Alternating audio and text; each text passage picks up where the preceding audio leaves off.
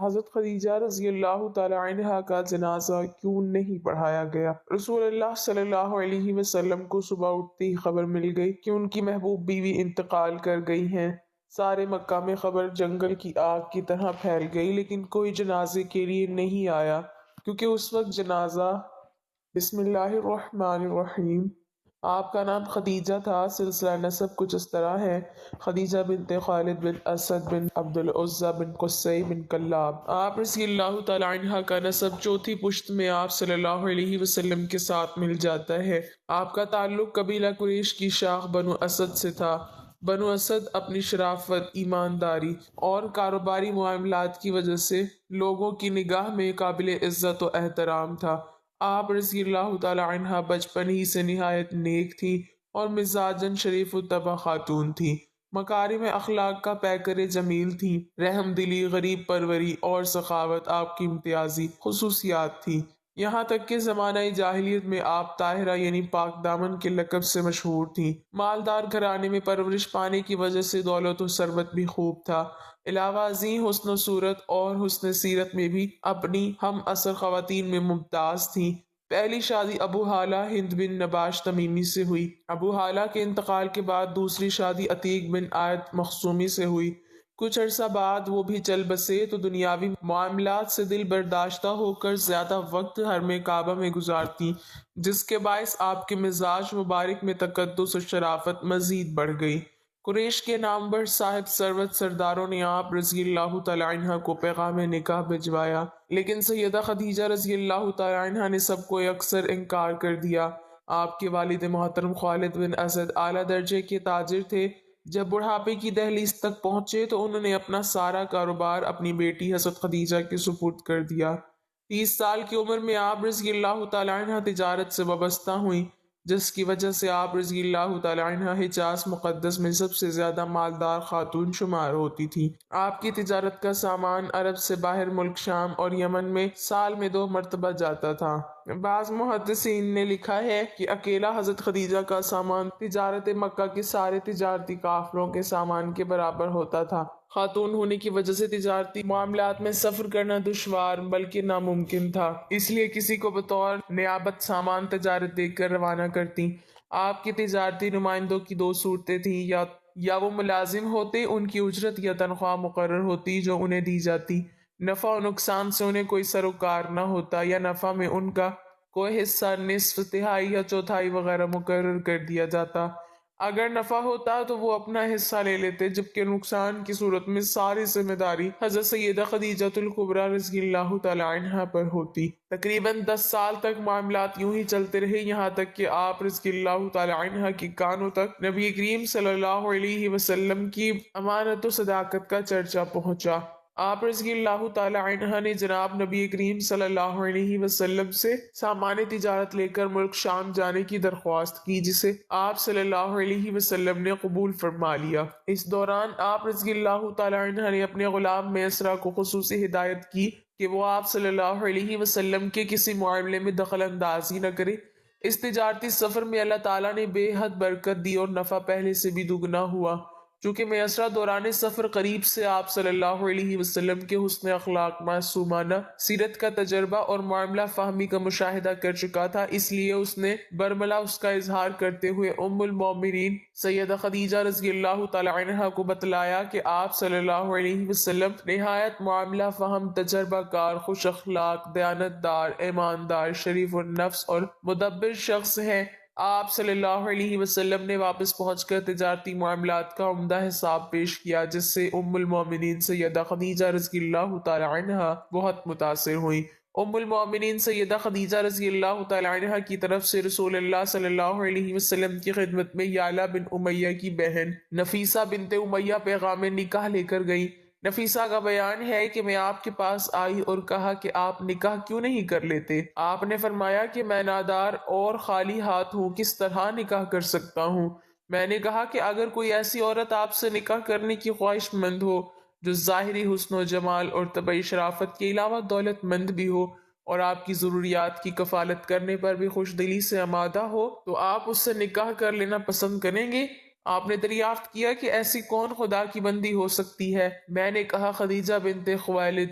حضرت خدیجہ رضی اللہ تعالی عنہ کو رسول خدا صلی اللہ علیہ وسلم کی شادی کے بعد کئی مراحل سے گزرنا پڑا، لیکن آپ صلی اللہ علیہ وسلم نے کبھی تھکاوٹ محسوس نہیں کی، بلکہ ہر پیش آنے والے مسائل کو شرافت و سعادت کا باعث سمجھتی تھی۔ خدیجہ ایک جزیرۃ العرب کی مالدار عورت تھی، لیکن ان کو دولت کی محبت نہیں تھی بلکہ معنویت کو کسب کرنے کا ہدف تھا۔ انہوں نے شادی کے موقع پر فرمایا، میں اور میرا مال آپ صلی اللہ علیہ وسلم کی خدمت میں حاضر ہے، میری تمام چیزیں آپ کے اختیار میں ہیں، تم میرے مال کو جہاں چاہو خرچ کر سکتے ہو۔ رسول خدا صلی اللہ علیہ وسلم نے خدیجہ رضی اللہ تعالی عنہ کے مال کو اسلام کی راہ میں خرچ کر دیا۔ حضرت صلی اللہ علیہ وسلم کو زبردستی شعیب ابو طالب میں جانا پڑا اور مشرکین نے مسلمانوں سے اقتصادی رابطہ قطع کر دیا۔ خدیجہ نے تمام مال مسلمانوں کی نجات کے لیے خرچ کر دیا۔ شعیب ابو طالب میں کھانا بھیجنے کے لیے حکیم بن حزام کی خدمت حاصل کی گئی۔ ایک دفعہ حکیم بن حزام اپنے غلام کے ساتھ شعیب ابو طالب میں گندم لے جا رہے تھے کہ راستے میں ابو جہل مل گیا۔ ابو جہل نے اس سے کہا، یہ بنی ہاشم کے لیے لے جا رہے ہو، مگر ہرگز اجازت نہیں دوں گا بلکہ تجھے مکہ میں رسوا کروں گا۔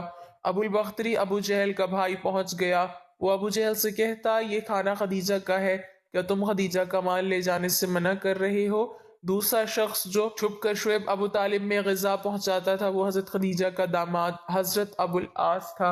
ایک دن رسول خدا صلی اللہ علیہ وسلم نے اپنے اصحاب سے فرمایا، ابو العاص نے ہمارے داماد ہونے کا حق ادا کر دیا، کیونکہ جب ہم شعیب ابو طالب میں تھے تو وہ رات کو ہمارے لیے کھانا لاتا تھا۔ آج کل عورتوں کے لیے درس عبرت ہے جو مال و دولت کو جمع کرنے کے چکر میں ہیں۔ خدیجہ نے عمل سے ثابت کیا کہ خاندان کی سعادت و کرامت اور صداقت سے محروم لوگوں کی خدمت کرنے میں ہے۔ انبیاء کے اہداف میں سے ایک ہدف غریبوں اور محتاجوں کی مدد کرنا تھا۔ جب رسول خدا صلی اللہ علیہ وسلم نے دعوت اسلام دی تو یہی مظلوم اور فقیر افراد نے آپ کی دعوت کو جلدی قبول کیا۔ بس خدیجہ اپنی زندگی میں یہ جملہ فرماتی تھی، اے لوگو گواہ رہو، میں اور میرا مال محمد صلی اللہ علیہ وسلم کا ہے۔ جس نے اپنا پورا مال محمد صلی اللہ علیہ وسلم کی خدمت میں حاضر کر دیا، اور حضرت صلی اللہ علیہ وسلم نے بھی یہ مال فقراء اور اسلام کی راہ میں خرچ کر دیا۔ لہٰذا حضرت صلی اللہ علیہ وسلم بعثت کے پہلے سالوں میں یہ فرمایا کرتے تھے، خدیجہ کے مال سے بڑھ کر مجھے کسی اور مال میں نفع نہیں ہوا۔ اسما بنت امیس خدیجہ کی آخری عمر کے لحظات میں ان کے ساتھ تھی۔ وہ کہتی ہیں، خدیجہ رو رہی تھی اور میں نے عرض کیا، اے خدیجہ کیوں رو رہی ہو؟ تم نبی صلی اللہ علیہ وسلم کی بیوی اور بہترین عورتوں میں سے ہو، تجھے جنت کی بشارت دی گئی ہے۔ خدیجہ نے فرمایا، اے اسما، میں اپنی بیٹی زہرا کے لیے رو رہی ہوں، کیونکہ میری بیٹی زہرا کو شادی کی رات ماں کی ضرورت ہوگی، میری بیٹی فاطمہ کی ماں اس وقت نہیں ہوگی۔ اسما نے خدیجہ سے عہد کیا کہ اس رات میں فاطمہ کے ساتھ ہوگی۔ امام جعفر صادق رضی اللہ تعالیٰ عنہ نے فرمایا کہ رسول خدا صلی اللہ علیہ وسلم خدیجہ کو دفن کرنے کے بعد گھر تشریف لے آئے۔ حضرت فاطمہ الزہرا رضی اللہ تعالیٰ عنہ آپ صلی اللہ علیہ وسلم کے ارد گرد چلتی ہیں اور پوچھتی ہیں، میری ماں کہاں ہے؟ رسول خدا صلی اللہ علیہ وسلم حیران تھے کہ کیا جواب دوں۔ جبرائیل نازل ہوا اور حضرت صلی اللہ علیہ وسلم سے فرمایا، اے رسول صلی اللہ علیہ وسلم، تم یہ کہو کہ تیری ماں جنت میں آسیہ اور مریم کے ساتھ ہیں۔ یہ سن کر فاطمہ کو سکون آیا اور فرمایا، خداوند سلام ہے اور اس سے سلام اور اسی کی طرف سلام ہے۔ جب حضرت سیدہ خدیجہ الکبریٰ رضی اللہ تعالی عنہا پر نزع کا عالم طاری ہوا تو نبی کریم صلی اللہ علیہ وسلم نے فرمایا، کیا سکرات یعنی موت کی شدت تمہیں ناگوار ہے؟ واللہ تمہارے لیے یہ شدت مفید ہے۔ ہاں، جب تم جنت میں اپنی سوتنوں کے پاس پہنچو تو انہیں میرا سلام کہنا۔ حضرت مریم بنت عمران، حضرت آسیہ بنت مزاحم اور حضرت ام کلثوم یعنی ہمشیرہ حضرت موسیٰ علیہ السلام کو میرا سلام پہنچانا۔ وہ بولی، بہت اچھا، آپ کا سلام پہنچایا جائے گا۔ اسے امام قرطبی نے سورۃ تحریم کی تفسیر میں ذکر کیا۔ ارائس البیان میں حضرت موسیٰ علیہ السلام کی ہمشیرہ کا نام مریم مرقوم ہے اور آپ کی والدہ کا نام لوحہ بنت بان بن لادہ بن یعقوب علیہ السلام ہے۔ حضرت خدیجہ الکبریٰ رضی اللہ تعالی عنہ کے وصال کے بعد خاتون جنت سیدہ فاطمہ الزہرا رضی اللہ تعالی عنہ عموماً مغموم رہتی تھیں۔ ایک دن نبی کریم صلی اللہ علیہ وسلم کی خدمت میں آپ رضی اللہ تعالی عنہ نے عرض کیا، ابا جان، مجھے کھانے پینے میں اس وقت تک کوئی فائدہ نہیں ہوگا جب تک آپ صلی اللہ علیہ وسلم حضرت جبرائیل علیہ السلام کے ذریعے مجھے میری والدہ ماجدہ حضرت خدیجہ الکبریٰ رضی اللہ تعالی عنہ کی برزخی کیفیت کو واضح نہیں فرماتے۔ چنانچہ نبی کریم صلی اللہ علیہ وسلم نے حضرت جبرائیل علیہ السلام سے احوال معلوم کیے تو حضرت جبرائیل علیہ السلام نے کہا حضرت خدیجہ الکبریٰ رضی اللہ تعالی عنہ حضرت سیدہ سارہ اور حضرت سیدہ مریم کے درمیان بڑی عظمت و برتری کے ساتھ جلوہ افروز ہیں۔ حضرت ام المومنین عائشہ صدیقہ رضی اللہ تعالی عنہ فرماتی ہیں نبی کریم صلی اللہ علیہ وسلم حضرت ام المؤمنین خدیجہ الکبریٰ رضی اللہ تعالی عنہ کا بکثرت تذکرہ فرمایا کرتے اور ان کے مدارس کی ترقی کے لیے دعائیں فرمایا کرتے۔ ایک دن حضرت خدیجہ الکبریٰ رضی اللہ تعالی عنہ کا ذکر فرما رہے تھے تو میں نے عرض کیا آپ کو اس ضعیفہ سے بہتر خاتون اللہ تعالیٰ نے عطا فرما دی ہے۔ یہ سنتے ہی آپ نے ناپسندیدگی کا اظہار فرمایا جس کے باعث مجھے بہت ندامت ہوئی۔ میں نے معافی طلب کی اور عرض کیا آپ صلی اللہ علیہ وسلم اپنی ناراضگی دور فرمائیے، آئندہ کبھی ذکر خیر کے سوا آپ کی خدمت میں کوئی اور بات نہیں کروں گی۔ آپ صلی اللہ علیہ وسلم نے میری معذرت پر اظہار فرماتے ہوئے کہا کہ وہ تو اس وقت ایمان سے سرفراز ہوئی جب کفار مکہ مجھے ایذائیں دے رہے تھے، انہوں نے مجھے ان نازک ترین لمحات میں پناہ دی جبکہ مشرکین میری جان کے در پہ تھے۔ انہوں نے میرے ایسے زمانے میں تصدیق کی جبکہ اہل مکہ میری تکذیب کر رہے تھے۔ حضرت خدیجہ الکبریٰ رضی اللہ تعالی عنہ کے لیے دعائیں فرماتے ہوئے کبھی نہ اکتاتے۔ امہات المومنین میں آپ بلحاظ فضل و شرف ممتاز ہیں۔ چنانچہ شب معراج آپ جنت کی سیر فرما رہے تھے تو اس میں ایک عظیم محل دیکھا جو ہر نظر تک وسیع و کشادہ ہے۔ اس میں ایسی اشیاء رکھ دی گئی ہیں جو نہ کسی آنکھ نے دیکھی، نہ کانوں نے سنی اور نہ ہی کوئی انسان اپنے دل میں تصور و خیال لا سکتا ہے۔ آپ صلی اللہ علیہ وسلم نے دریافت فرمایا یہ کس کا محل ہے؟ آواز آئی یہ حضرت خدیجہ الکبریٰ رضی اللہ تعالی عنہ کا محل ہے۔ آپ نے فرمایا میں انہیں ہدیہ پیش کرتا ہوں کہ اللہ تعالیٰ نے مال دنیا کے بدلے جنت میں محل عطا فرمایا۔ امام طبری علیہ رحمہ زہری اور قتادہ سے مروی ہے کہ عورتوں میں سب سے پہلے حضرت سیدہ خدیجہ الکبریٰ رضی اللہ تعالی عنہ ایمان لائی۔ نبی کریم صلی اللہ علیہ وسلم نے ماہ رمضان المبارک میں پیر کے دن اپنی بعثت کا اعلان فرمایا۔ حضرت خدیجہ الکبریٰ رضی اللہ تعالی عنہ نے اسی روز ہی آپ کی نبوت و رسالت کی تصدیق کی اور ایمان کا شرف پایا۔ نبی کریم صلی اللہ علیہ وسلم کا ماہ رمضان مبارک میں معمول تھا کہ غار حرا میں جا کر مصروف عبادت رہتے۔ جب مہینہ گزر جاتا تو آپ مکہ مکرمہ تشریف لے آتے۔ گھر میں جانے سے قبل بیت اللہ شریف کا 7 بار طواف کرتے۔ جس سال آپ مبعوث ہوئے اور اعلان نبوت اور رسالت کا فرمان جاری ہوا اس وقت آپ غار حرا میں جلوہ افروز تھے۔ حضرت جبرائیل علیہ السلام اللہ تبارک و تعالیٰ کے علم سے آپ کی خدمت میں وحی لے کر حاضر ہوئے۔ حضور سید عالم صلی اللہ علیہ وسلم نے فرمایا جنت میں عورتوں سے افضل ترین حضرت خدیجہ الکبریٰ رضی اللہ تعالی عنہ، حضرت سیدہ فاطمہ الزہرا رضی اللہ تعالی عنہ، حضرت مریم بنت عمران رضی اللہ تعالی عنہ، حضرت آسیہ بنت مزاحم رضی اللہ تعالی عنہ ہیں۔ حضرت خدیجہ رضی اللہ تعالی عنہ نے ہجرت سے 3 سال قبل مکہ مکرمہ میں وصال فرمایا۔ جنت معلیٰ مقام جوہون میں آپ کا مزار مبارک ہے۔ آپ نے 65 سال عمر پائی۔ آپ کی قبر شریف میں حضور سید عالم صلی اللہ علیہ وسلم اترے۔ اس وقت تک نماز جنازہ فرض نہیں تھی۔ بعض بیان کرتے ہیں کہ ابو طالب کی وفات کے 3 دن بعد حضرت خدیجہ الکبریٰ رضی اللہ تعالی عنہ نے وصال فرمایا۔ ان کے وصال کے بعد قریش آپ کو زیادہ تکالیف پہنچانے لگے۔ طبرے کا بیان ہے کہ حضور سید عالم صلی اللہ علیہ وسلم کی تمام اولاد سوائے حضرت ابراہیم کے حضرت خدیجہ الکبریٰ رضی اللہ تعالی عنہ سے ہیں۔ مناقب فاطمہ رضی اللہ تعالی عنہ میں ہے کہ حضرت ابراہیم بن محمد ماریہ قبطیہ سے پیدا ہوئے۔ نبی کریم صلی اللہ علیہ وسلم سے پہلے حضرت خدیجہ رضی اللہ تعالی عنہ کے 2 نکاح ہوئے تھے، پہلا عتیق بن عائد بن عبداللہ سے اور دوسرا ابو حالہ سے۔ علامہ قرطبی رحمۃ اللہ علیہ نے سورۃ احزاب کی تفسیر میں بیان کیا ہے کہ ان کا نام زرارہ تھا۔ ان کے ہاں ایک لڑکا پیدا ہوا اور اس نے اسلام کا شرف پایا۔ چنانچہ وہ کہا کرتے تھے کہ میں والدین بہن بھائیوں کی نسبت سب سے افضل ہوں۔ میرے باپ رسول کریم صلی اللہ علیہ وسلم ہیں، میری والدہ خدیجہ الکبریٰ رضی اللہ تعالی عنہ ہیں اور میرے بھائی قاسم اور میری ہمشیرہ فاطمہ الزہرا رضی اللہ تعالی عنہم ہے۔ بصرہ میں ان کا انتقال ہوا۔ جنازہ میں لوگوں کا بے پناہ ہجوم تھا اس لیے کہ وہ رسول کریم صلی اللہ علیہ وسلم کے ربیب ہیں۔ بعض نے کہا کہ آپ جنگ جمل میں شہادت سے سرفراز ہوئے۔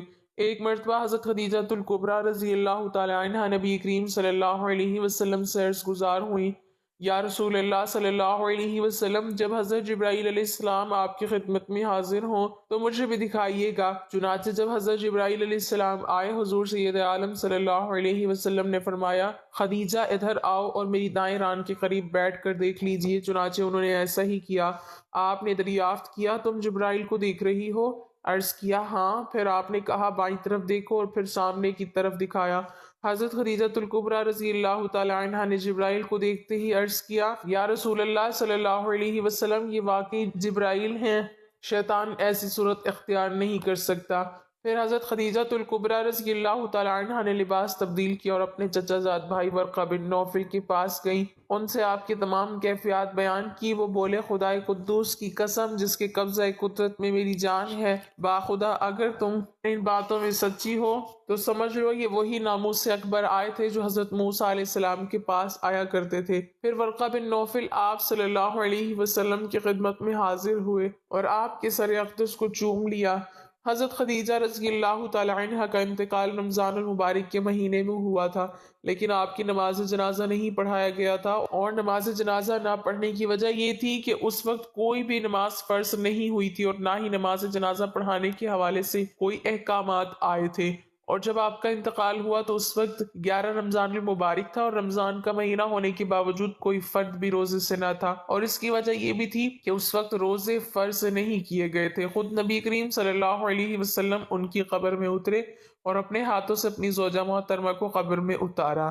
سیدہ خدیجہ رضی اللہ تعالی عنہ نبوت کے 10ویں سال بنی ہاشم کے شعیب ابی طالب سے نکلنے کے بعد فوت ہوئیں۔ آپ 65 سال کی عمر میں اس دار فانی سے رخصت ہوئیں۔ آپ کی جنت معلیٰ میں تدفین کی گئی۔ آپ کا نام خدیجہ کنیت ام ہند تھی، والد کا نام خالد ابن اسد تھا۔ اللہ پاک ہمیں بہتر عمل کرنے کی توفیق عطا فرمائے۔ میرا سنانا اور آپ کا سننا اپنی بارگاہ الہی میں قبول و منظور فرمائے، آمین۔ ناظرین، کمنٹ باکس میں اللہ تعالیٰ کی 99 ناموں میں سے ایک نام ضرور ٹائپ کریں۔